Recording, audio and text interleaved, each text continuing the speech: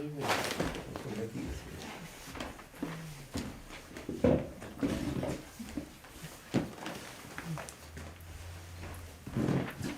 Okay, we're on.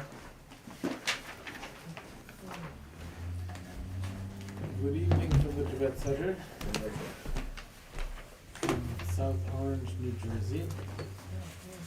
We will begin with a prayer for the spreading of the teachings throughout the length and breadth of the West by RINPOCHE.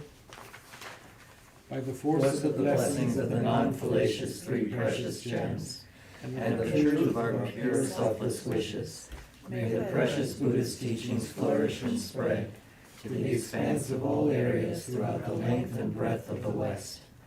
For all the people living there, together with their near ones, who have engaged in the teachings and have faith and respect for them, may all conditions adverse to their practice of the pure Dharma be dispelled, and an excellent collection of favorable conditions increase like the waxing moon.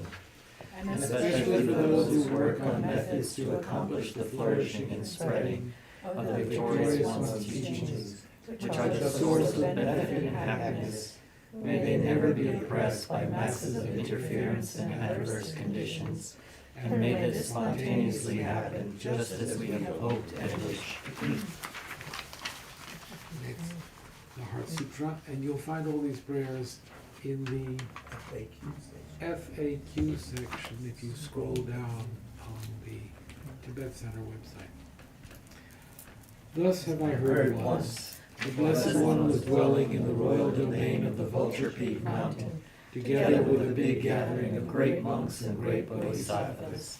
At that time, the Blessed One entered the samadhi which examines the dharmas, called profound illumination. At the same time, noble Avalokiteshvara, the Bodhisattva Mahasattva, looking at the profound practice of transcendent knowledge, saw the five skandhas and their natural emptiness. Then, through the inspiration of the Buddhas, Venerable Shariputra said to Avalokiteshvara, "How should those noble ones learn who wish to follow the profound practice of transcendent knowledge?" And Avalokiteshvara answered, "Venerable Shariputra, whoever wishes to follow the profound practice of transcendent knowledge should look at it like this, seeing the five skandhas and their natural emptiness.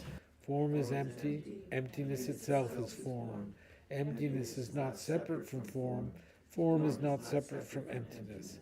In the same way, feeling, discriminating awareness, compositional factors in consciousness are empty. Thus all the dharmas are empty and have no characteristics. They are unborn and unceasing. They are not impure or pure. They neither decrease nor increase.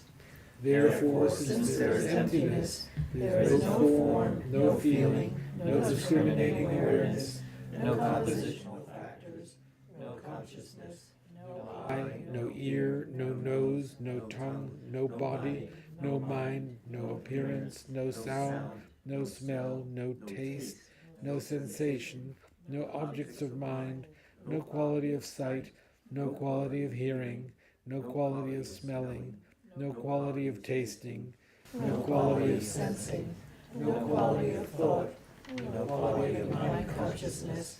There are no nidanas from ignorance to old age and death, nor their wearing out. There is no suffering, no cause of suffering, no ending of suffering, no path, no wisdom, no attainment, no non-attainment. Therefore, since there is no attainment, the Bodhisattvas abide by means of transcendent knowledge, and since there is no obscurity of mind, they have no fear, they transcend falsity and pass beyond boundless sorrow. All the Buddhas who dwell in the past, present, and future, by means of transcendent knowledge, fully and clearly awaken to unsurpassed, true, complete enlightenment. Therefore, the mantra of transcendent knowledge, the mantra of deep insight, the unsurpassed mantra, the unequaled mantra, the mantra which calms all suffering, which we know as truth, for there is no deception. In transcendent knowledge, the mantra is proclaimed, Tayata Om Gate Gate Paragate Parasam Gate Bodhisoha.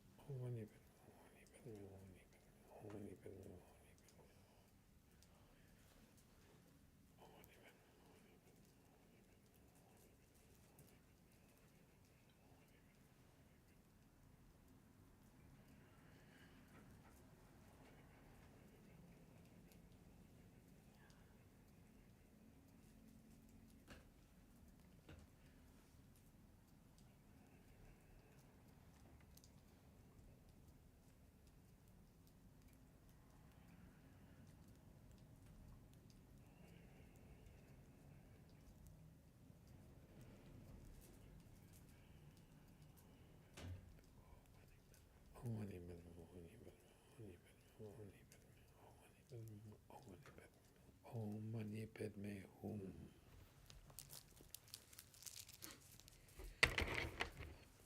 So, Om Mani Padme Hum is really a mantra that we can and should recite all the time.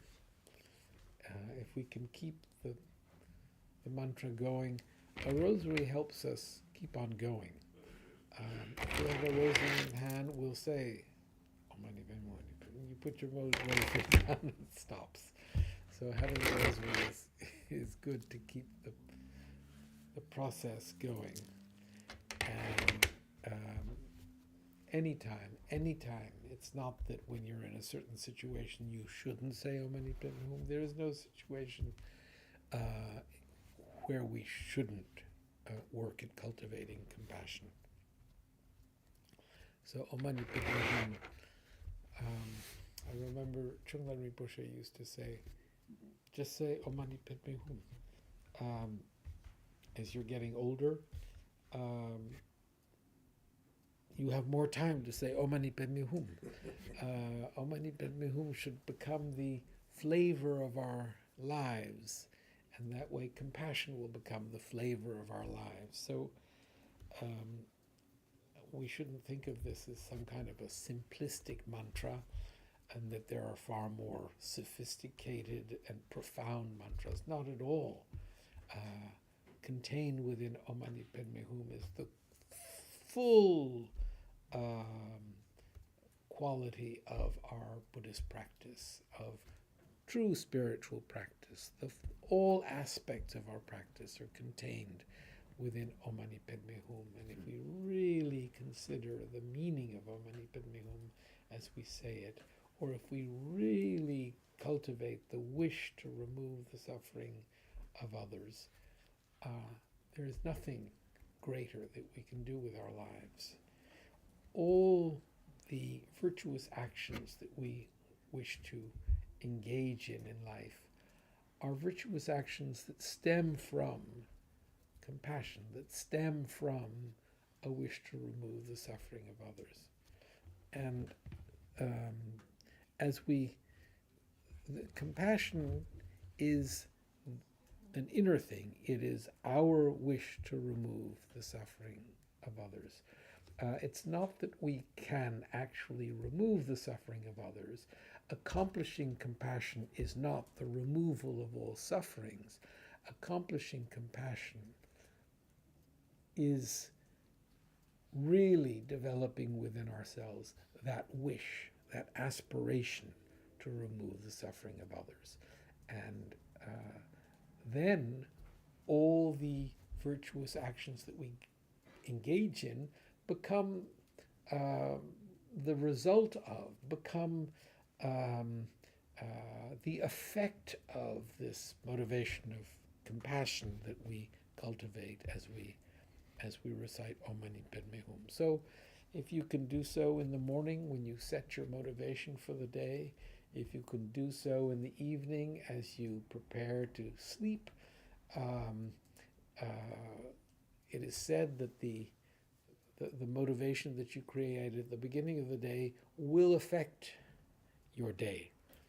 And the motivation that you set before you go to sleep makes those hours of sleep or affects those hours of sleep, so that if we set the motivation in a virtuous way, then those hours of neutral sleep become virtuous. A neutral state, if it is motivated in a virtuous way, becomes virtuous. In the same way that qualities such as concentration, in order to develop wisdom at a profound level, to develop a realization of emptiness at a profound level, we have to have concentration. Concentration, calm abiding as it is called, is neutral. It is a tool, let's say, which can be used in negative ways and can be used in positive ways. So what determines the quality of concentration is the motivation with which we engage in it, is that which the concentration is aimed at, is devoted to. So that if we are aiming our concentration at the result of the reasoning that leads to a realization of emptiness, when the concentration is aimed at that or is maintained on that realization of emptiness, then that concentration becomes an extraordinary and virtuous quality. If the concentration is aimed at hatred or some negative afflictive emotion, then it becomes negative. So, in the same way, sleep is neutral, and its quality can actually be influenced by the motivation that precedes our sleep. So, set your motivation well when you go to sleep. It's easy to toss and turn and or just fall asleep without any thought. So if you just devote a little thought to that moment before going to sleep, then what the 1/3 of our lives that is devoted to sleep can become virtuous. So we've been discussing I for those of you who haven't been around or I haven't been around for a while, upon my return I resumed discussing beyond religion. Tony will discuss the stages of the path. We will mix them up. I'll be going to sleep. And but I find this book really wonderful, and so I don't know whether I. Passage of something, a Buddhist poem or something, falling asleep on that if you can't control your mind to quiet down. That would be something similar. That's Sure. what was at the end of the day. Yeah, absolutely. Buddhist poem. Seventh Dalai Lama. Something like that. Tsongkhapa's devotional verses. Not Yes. Allen Ginsberg, no.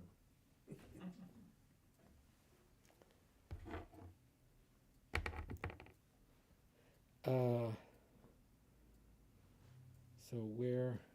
Well, So you made a point last week about the importance of both ends of the day, setting the motivation, and then, which everybody forgets, reviewing. How did I do? And you said that both parts are critical. yes, if before we go to sleep, before we set our motivation for sleep, if we review the actions of our day, Yeah. and what is really important is those virtuous actions that we've engaged in, we should rejoice in, because recognizing that we've done something virtuous, or that we have exerted the restraint from engaging in some kind of negative action,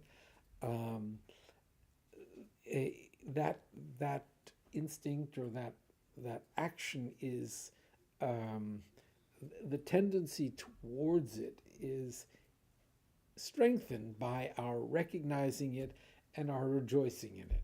So as you go over the actions of your day, think of the good things you did and think, good, that was good. that helps us tend towards that kind of behavior in the future. And then, of course, those things that you've done that were sloppy or that were negative or that were selfish or whatever, you recognize, you acknowledge, and you determine to work towards diminishing the tendency. I mean, you are meant to say you work towards stopping, ceasing from engaging in such actions. That can be difficult. There are a lot of things that we do that are, we're going to do them again, and so we work towards diminishing the tendency. We work towards. They say that if when you're working at this, if you can, let's say, anger, if you can say, I'm not going to get angry for the next hour, and as I live here alone, this cat is the only fellow who might actually make me angry. But There, Yes. He's a master. but even if you are not confronted with any kind of challenge to your patience, and you know that you won't be for an hour, to make the vow, I shall not get angry for the next hour, then we have derived a certain amount of virtue from not having gotten angry for an hour. And then we can say, okay, now I'm going to do another hour. And if we do that, we're collecting the virtue of engaging in patience. If we don't make such a commitment, it's neutral. It doesn't have any benefit. These are little, I suppose we could call them tricks of the trade. Yeah. We call it a vow. We always think of vows that someone's there, hits you on the head, or does something. This is like a little mini vow, or whatever you call it. Yeah. It has the power of a vow. That's a big deal. So, yeah, at the end of the day, if we can look at the negative things we've done in the day and determine or make some commitment to refrain from engaging in such actions in the future, but recognizing the non-virtuous quality of the action, really seeing that and developing some kind of regret for having engaged in it, and then determining to refrain from it, is that's an important practice in the evening. So, but what we were discussing last week was the way in which our own behavior, our own ethical behavior, is the way by which we can actually have an effect on the world. It's not, we're not able to make great changes to society. We're not able to get other people to act virtuously. The only part of the equation that we have any control over is ourselves. And so last week we were saying His Holiness was talking about the problems in the world, and he says, and we have to recognize that the problems, wars,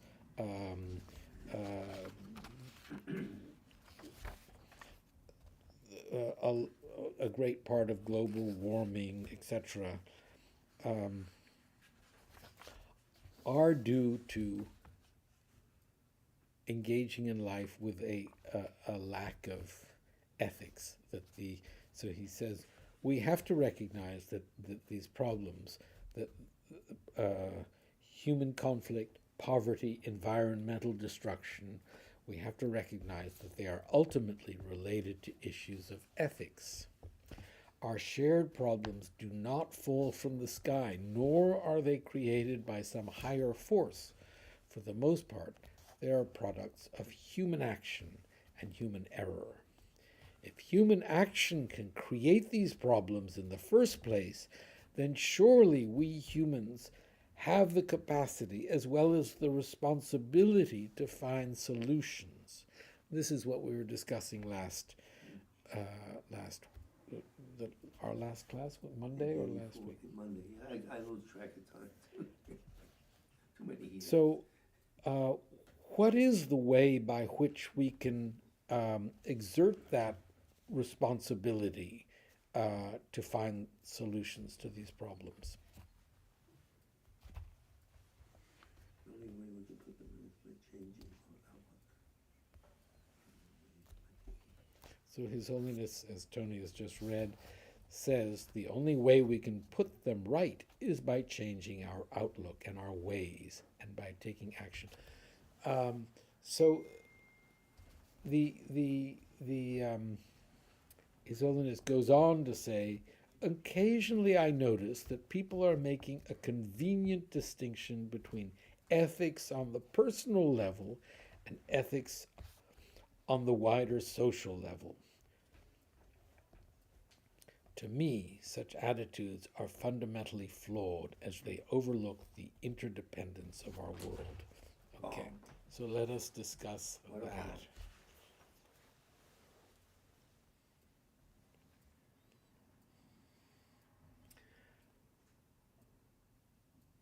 So should we engage in,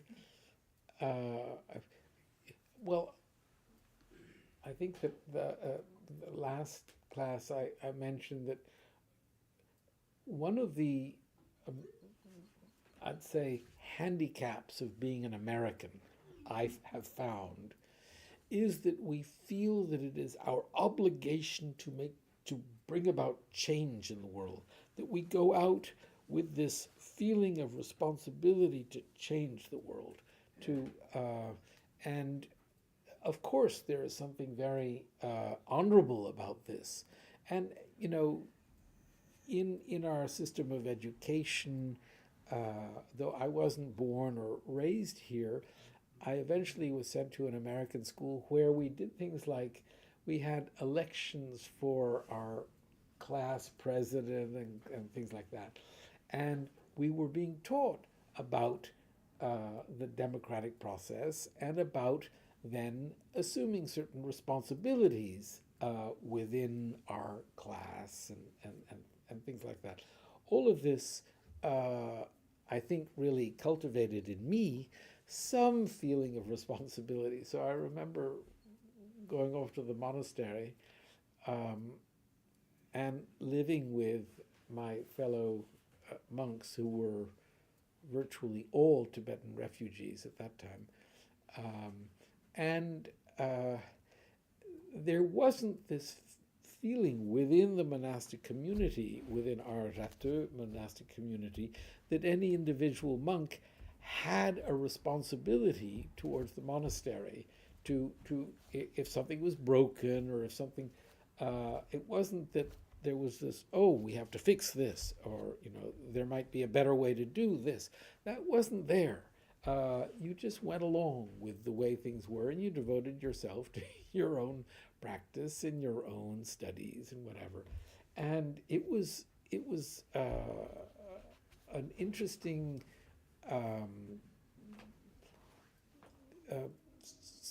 topic of consideration for me as I thought, what do I do? Do I step in and say, oh, maybe we should do it this way? Or do I just shut up and mind my own business? And I think that we have to figure that one out, individual. Well, I'd love your thoughts on this. Isn't social engagement potentially part of one's individual practice? Well, I think so. I mean, like, we don't need to make this dichotomy, right, between some kind of understanding of mind my own business and only do shamatha and vipassana or whatever your practice is, right, as opposed to being engaged in trying to change things. I think the problem is if you try to change things and get too attached to the idea of results, then you're probably going to be disappointed and frustrated.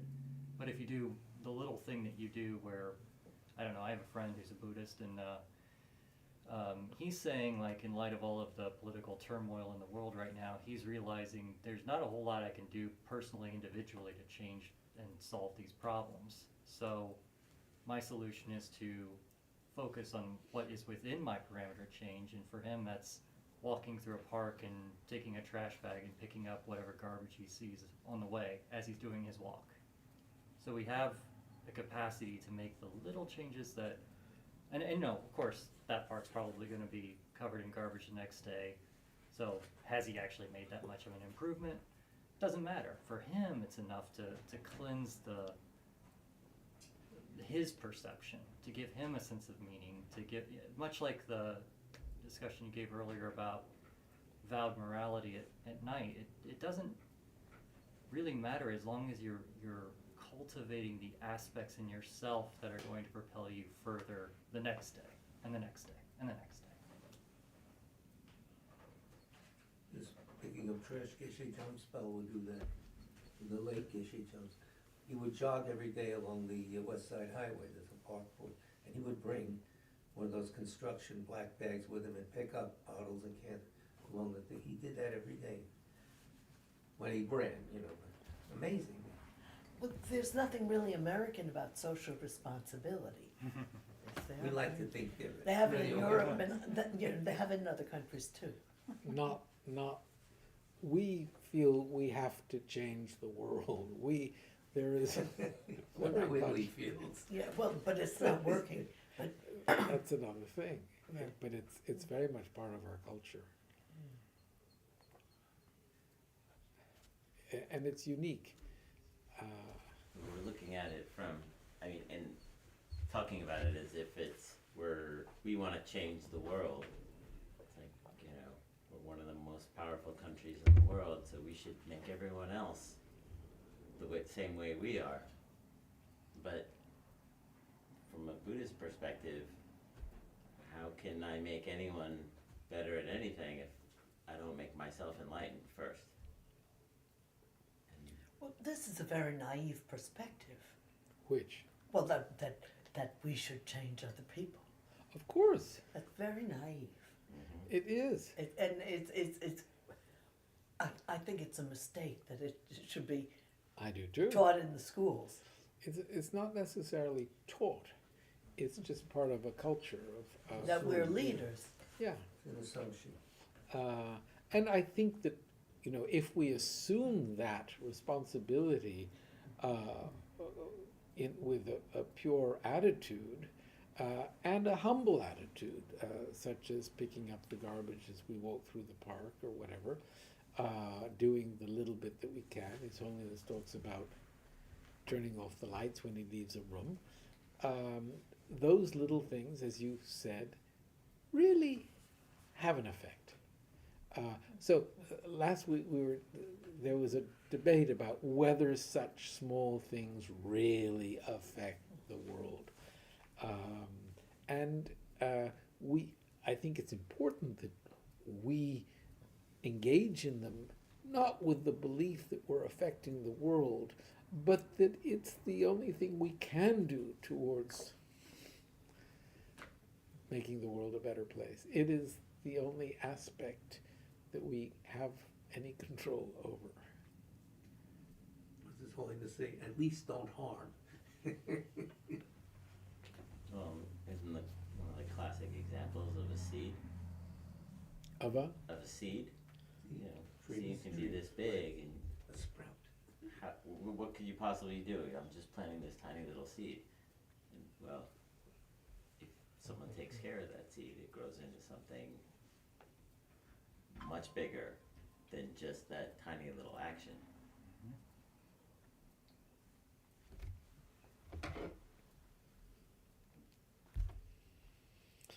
What does he have to say? He's biding his time When he's human, he'll talk. when he's ready. Oh, he talks all the time.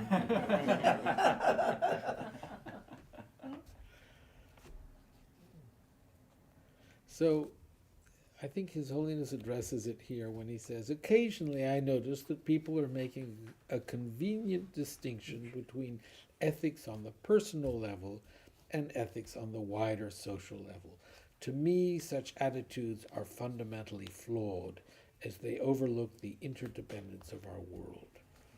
So the interdependence, I suppose, is that situation within which even a tiny seed can have enormous effects.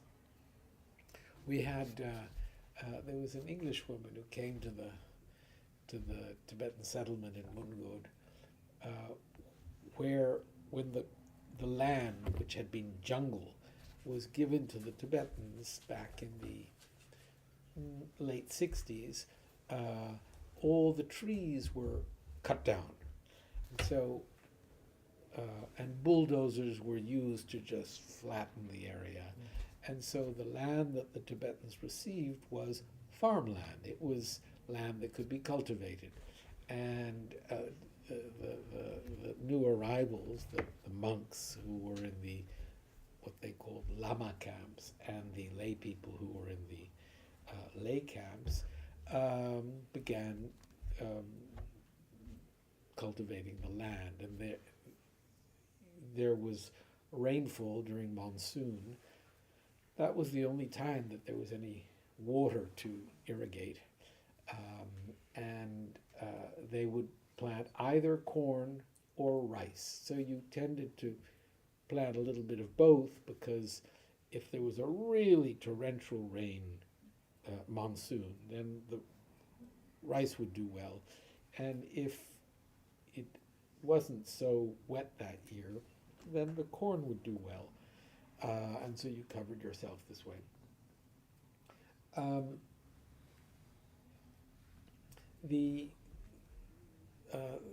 When they chopped down all the trees,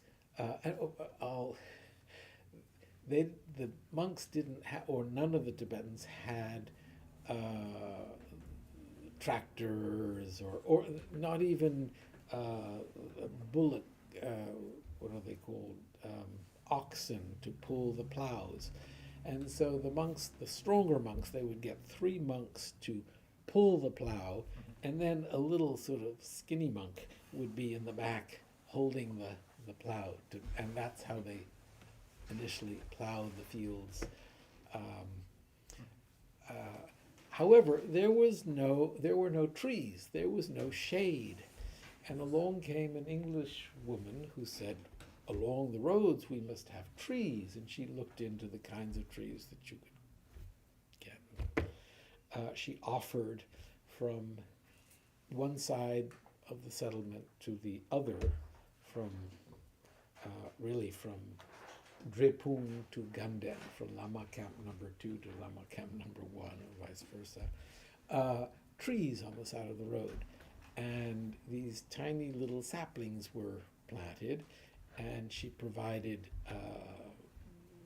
the money for someone to have an ox cart and a big jug of water to put water on these tiny little plants. And I can remember the elder monks saying, "What a waste, how ridiculous, look, these little plants, they're going to be eaten by the cows, and they just looked at this as being one of these ridiculous things that the foreigners would come and do. And then those little saplings began to grow. And now there's this magnificent row of trees that goes from one camp to the others.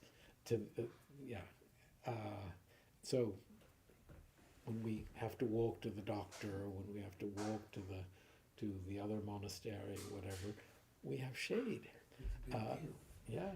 And it all started with these tiny little saplings and watering them carefully. So,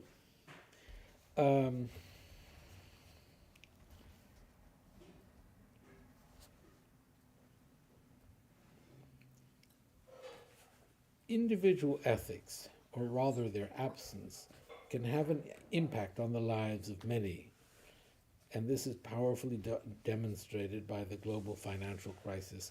So without going into this,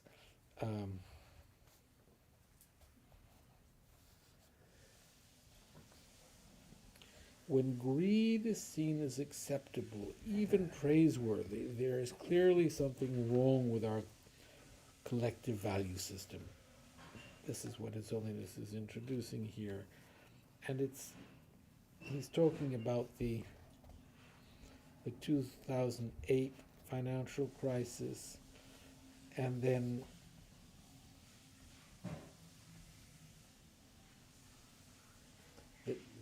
the dangers of greed. So here I present this, I mention this, and I'm not totally clear on how, what His Holiness is saying is that a little human greed can lead to the total collapse of our financial system. And again, I'll relate to you that I was in the monastery and we were in the process of building the monastery, a new monastic campus, because the one little building with 6 or 7 rooms that had been our initial monastery couldn't house. You visited there. I did, What was the year that you came? 1995. 1995. We were living in one little building, and that didn't contain all our monks, and the new arrivals who were coming from Tibet constantly were having to sleep on the veranda in the kitchen, and so some kind, generous person came along and said, build a new campus. You have half the money for it, which we had already raised, and I will raise the other half. And so we began, and then suddenly the 2008 financial crisis struck, and this person disappeared. This person disappeared because this person was involved in the real estate world, the bottom of which had fallen out, and that situation was, His Holiness is suggesting, due to greed on the part of many of the people involved in that world, due to people's ability to manipulate money in a way that would make them a lot of money, and so the whole market collapsed. When greed is seen as acceptable, even praiseworthy, there is clearly something wrong with our collective value system. Well, I think that we all here agree with that, and don't take issue with the idea of working. I don't think that people who come to the Tibet Center are particularly working towards becoming immensely wealthy, forsaking the needs of others. But Do we make a distinction between greed and avarice? I don't know the distinction. Please enlighten us.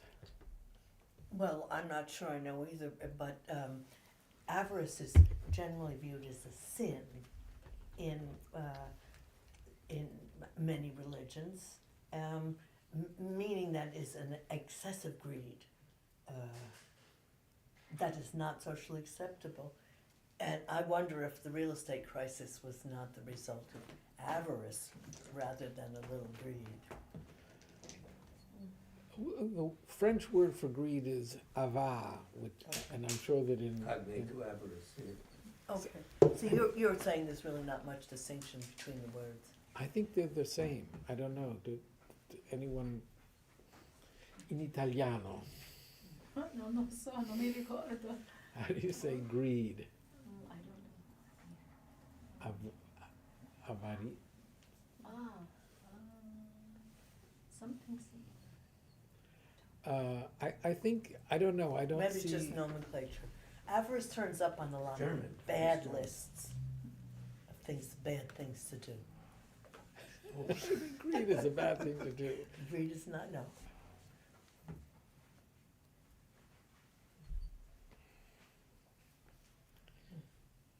Greed is good. Well, I mean, Michael Douglas it and seems to Charlie me Sheen. that, Greed is good. yeah, but it seems to me that if you're That talking seems to about be a the thing real that estate still crisis, exists. Yeah. when they were lending money to people knowing that they were going to get the house back, it was, and you're, sort of planning on the destruction of another human being's life. It's perhaps avarice is a better word. Stealing, not that. Stealing is also, that's also applied. What it was. I mean, those loans that were ridiculous, Yes, that's right. non-collateral loans. So Yeah, in but they this knew age they of- were going to It get was the a common- property I forgot the back, word they used. almost all of it. No collateralized, there's no collateral for real behind it. And they had these people signing off. L'avarizia, l'avarizia. Maurizia? Avarizia. Ever? Yes, ever.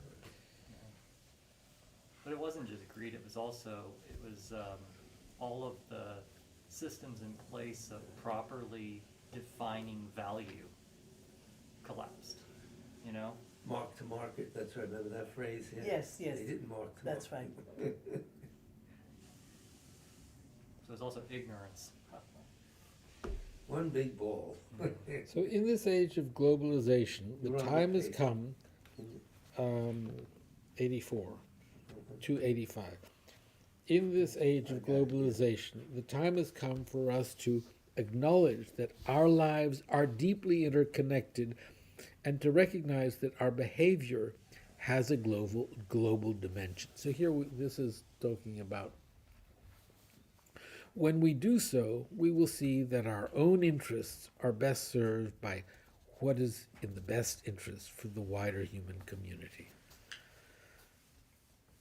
By contrast, if we concentrate exclusively on our own inner development and neglect the wider problems of the world, or if, having recognized these, we are apathetic about trying to solve them, then we have overlooked something fundamental. Apathy, in my view, is itself a form of selfishness. For our approach to ethics to be truly meaningful, we must, of course, care about the world. This is what I mean by the principle of global responsibility, which is a key part of my approach to secular ethics. So this balance between our assuming responsibility for the outside world and our working on ourselves, I think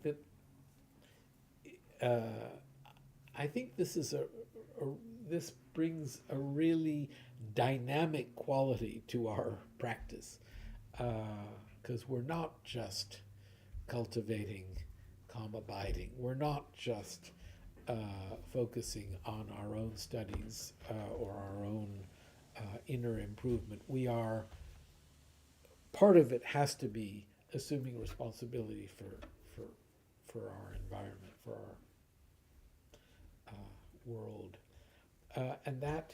And as His Holiness says in this book, doing so demands that we work at developing the discernment to establish what is of value from what is harmful.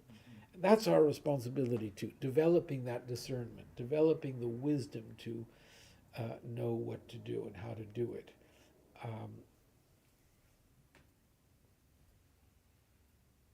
What are your thoughts? I was thinking of the word avarice. Avere means to have in Italian, so it means to have and have and have. And in German it's Habsucht, which means to haben is also to have, and such is to search for more and more and more. So the roots are both there in both languages. A sense of unsatisfaction no matter what. Yes, exactly. Always wanting more. It's right now. You can't get off. And we're all a little bit on it. He's not making a point though to segregate yourself from all the problems and go with your own little cave. He's, maybe a high practitioner, but he's saying in one part of your mind is involved with the world or its problems. And if we really, one of the things that His Holiness has accomplished in our lifetime, Yeah. is bringing an awareness of the value of compassion to the world. And He hasn't done it by sophisticated technical means. He's done it by living it and sharing it. And this simple thing of, as you said, conveying that we must work towards helping others, and if we have difficulty doing that, then we should at least devote ourselves to refraining from harming. And he's come to represent that merely by his example. It's truly extraordinary. Articulate example, very well. Mahayana takes its motivation from the suffering of others, it seems to be. Well, we can have that same effect just by doing what His Holiness does. Now, it's not as easy, but I don't think we're thinking about that in the morning when we sit, when we make our motivation. We're not saying, all right, when I got on the phone with Verizon's customer service, Oh, I am you going to be descended. so sweet and loving to the person on the other end of the phone. no, it's a machine, so. Get But your- why not, I know. right? Yeah, You know, no, you're right. It's like, how many people did you get a chance to make smile today?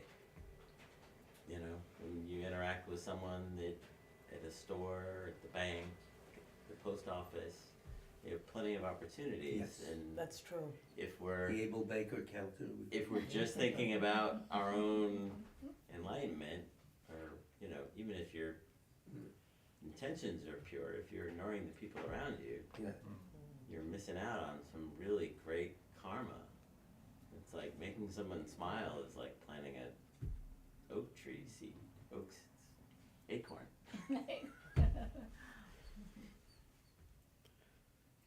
Also, through compassion, I think we have less avarice.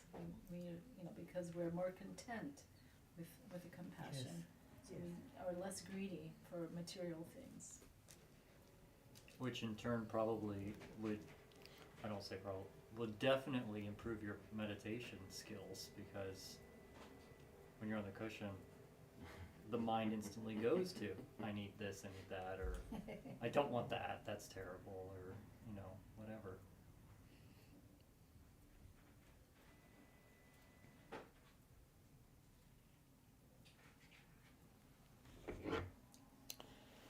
So I found a definition of ethics. What ethical discipline is. Ethical discipline is an attitude of abstention that turns your mind away from harming others and from the sources of such harm. Therefore, you bring about the perfection of ethical discipline by progressively increasing your habituation to this attitude until you reach completion.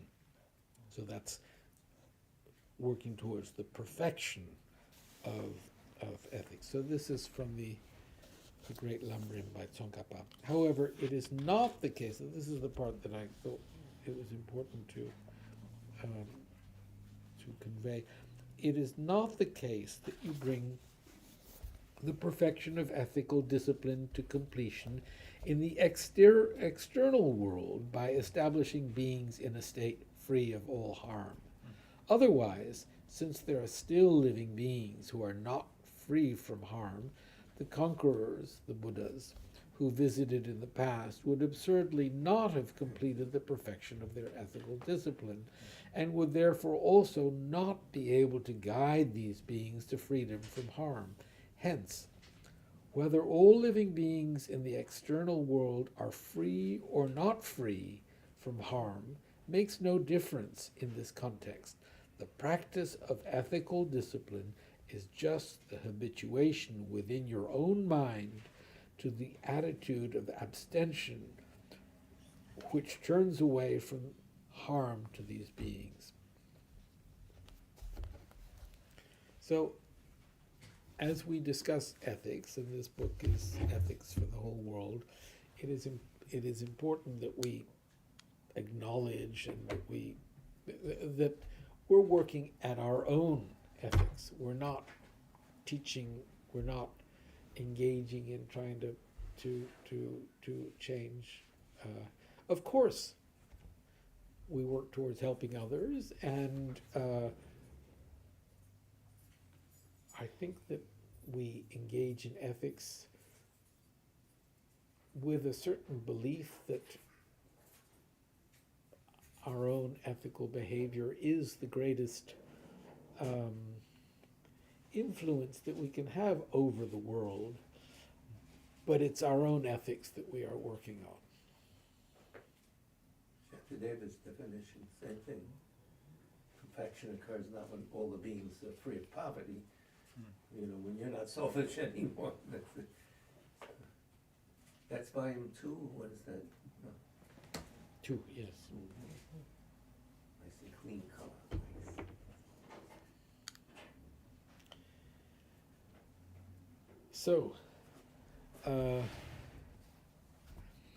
So His Holiness goes on to, so apathy, in my view, is itself a form of selfishness. Yes.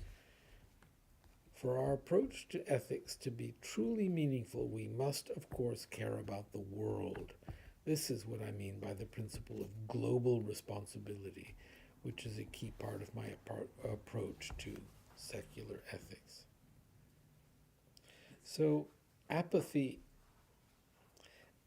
and I feel that in this simple little book, His Holiness is cultivating these different aspects of our practice, and apathy is the opposite of the perfection of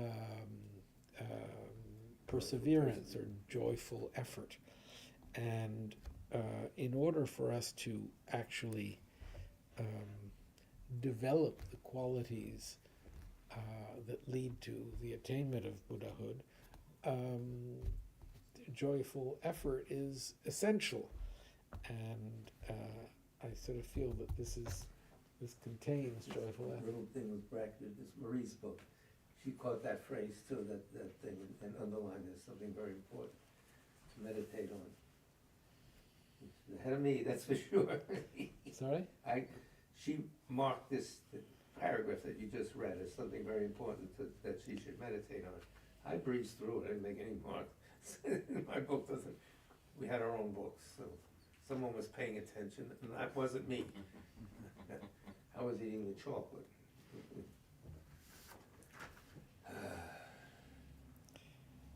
Little chocolate is important. Yes, of course, especially from the able baker. Of course.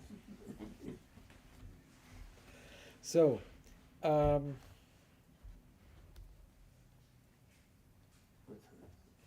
Ooh, names, Darren. No, just Lance again, Lance Morrow. Lance Morrow.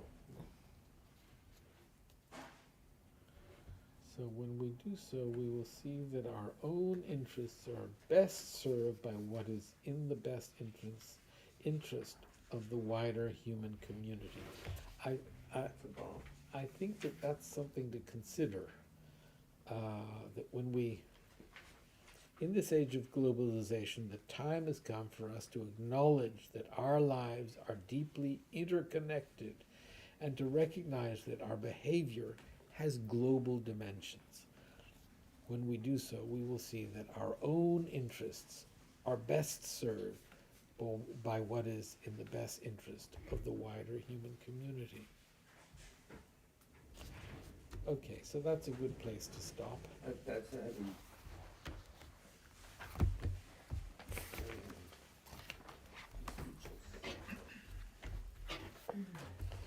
So Lance Morrow.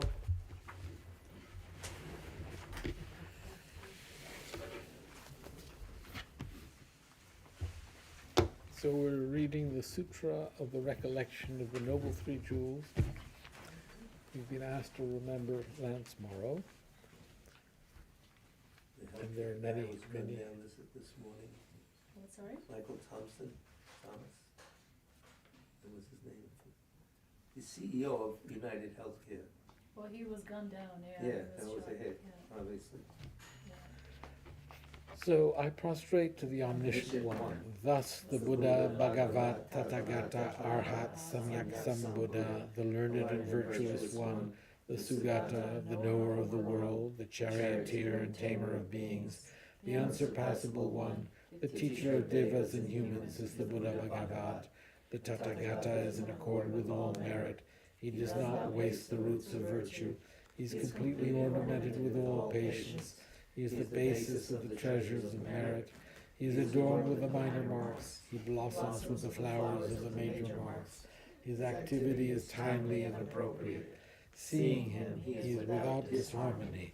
He brings true joy to those who long with faith. His knowledge cannot be overpowered. His strength cannot be challenged. He is the teacher of all sentient beings. He is the father of bodhisattvas. He is the king of noble ones. He is the guide of those who journey to the city of nirvana. He possesses immeasurable wisdom. He possesses inconceivable confidence. His speech is completely pure. His melody is pleasing. One never has enough of seeing him. His form is incomparable. He is not stained by the realm of desire. He is not stained by the realm of form. He is not affected by the formless realm. He is completely liberated from suffering. He is completely and utterly liberated from the skandhas. He is not possessed with dhatus. His ayatanas are controlled. He has completely cut the knots. He is completely liberated from extreme torment. He is liberated from craving. He has crossed over the river. He is perfected in all the wisdoms. He abides in the wisdom of the Buddha Bhagavats who arise in the past, present, and future. He does not abide in nirvana. He abides in the ultimate perfection. He dwells on the bhumi where he sees all sentient beings. All these are the perfect virtues and greatness of the Buddha Bhagavat. The Holy Dharma is good at the beginning, good in the middle, and good at the end. Its meaning is excellent. Its words are excellent. It is uncorrupted. It is completely perfect and completely pure. It completely purifies. The Bhagavat teaches the Dharma well. It brings complete vision. It is free from sickness. It is always timely. It directs one further. Seeing it fulfills one's purpose. It brings discriminating insight for the wise. The Dharma which is taught by the Bhagavad is revealed properly in the Vinaya. It is renunciation. It causes one to arrive at perfect enlightenment. It is without contradiction. It is pithy, it is trustworthy, and puts an end to the journey. As for the Sangha of the great Yana, they enter completely, they enter insightfully, they enter straightforwardly, they enter harmoniously. They are worthy of veneration with joined palms. They are worthy of receiving prostration. They are a field of glorious merit. They are completely capable of receiving all gifts. They are an object of generosity. They are a great object of complete generosity. The protector who possesses great kindness, the omniscient teacher, the basis of oceans of merit and virtue, I prostrate to the Tathagata. Pure the cause of freedom from passion, virtuous liberated from lower realms. This alone is the supreme ultimate truth. I prostrate to the Dharma, which is peace. Having been liberated, they show the path to liberation. They are fully dedicated to the disciplines. They are a holy field of merit and possess virtue. I prostrate to the Sangha. I prostrate to the Buddha, the leader. I prostrate to the Dharma, the protector. I prostrate to the Sangha, the community. I prostrate respectfully and always to these three. The Buddha's virtues are inconceivable. The Dharma's virtues are inconceivable. The Sangha's virtues are inconceivable.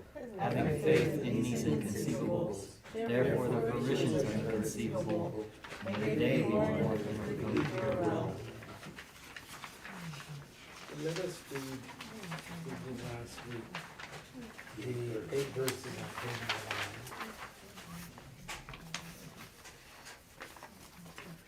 9. With the Determination to accomplish the highest welfare of all sentient beings, who surpass even a wish-granting jewel, I will learn to hold them supremely dear.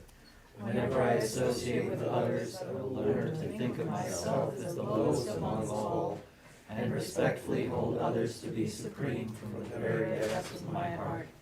In all actions I will learn to search into my mind, and as soon as disturbing emotions arise, endangering myself and others, I will firmly face and avert it. I will learn to cherish ill-natured beings, and those oppressed by strong misdeeds and sufferings, as if I had found a precious treasure difficult to find. When others out of jealousy treat me badly, with abuse, slander, and so on, I will learn to take all loss and offer the victory to them. When one whom I benefit with great hope unreasonably hurts me very badly, I will learn to view that person as an excellent spiritual guide.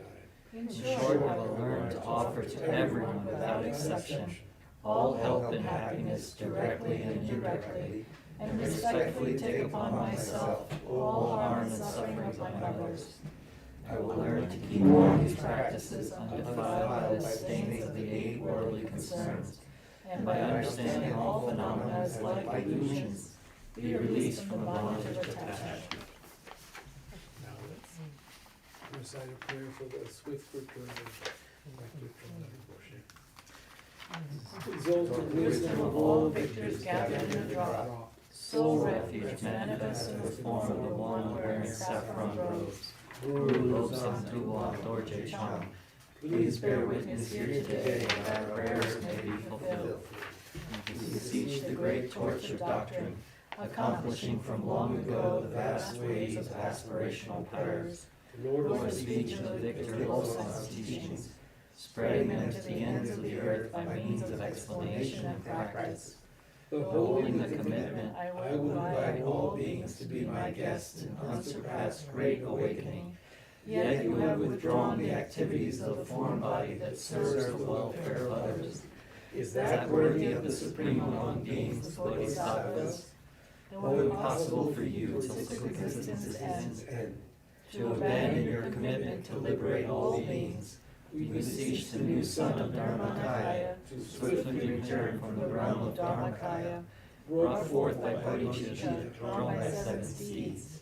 Having reached the far limits of scholarship, religious life, and goodness, please come swiftly as an unrivaled supreme emanation, full holder of the sage's teachings, and wish-fulfilling jewel.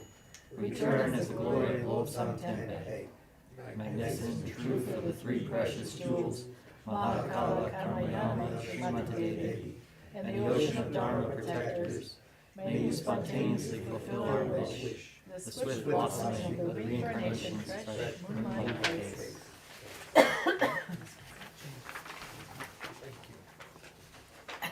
And heals the cat.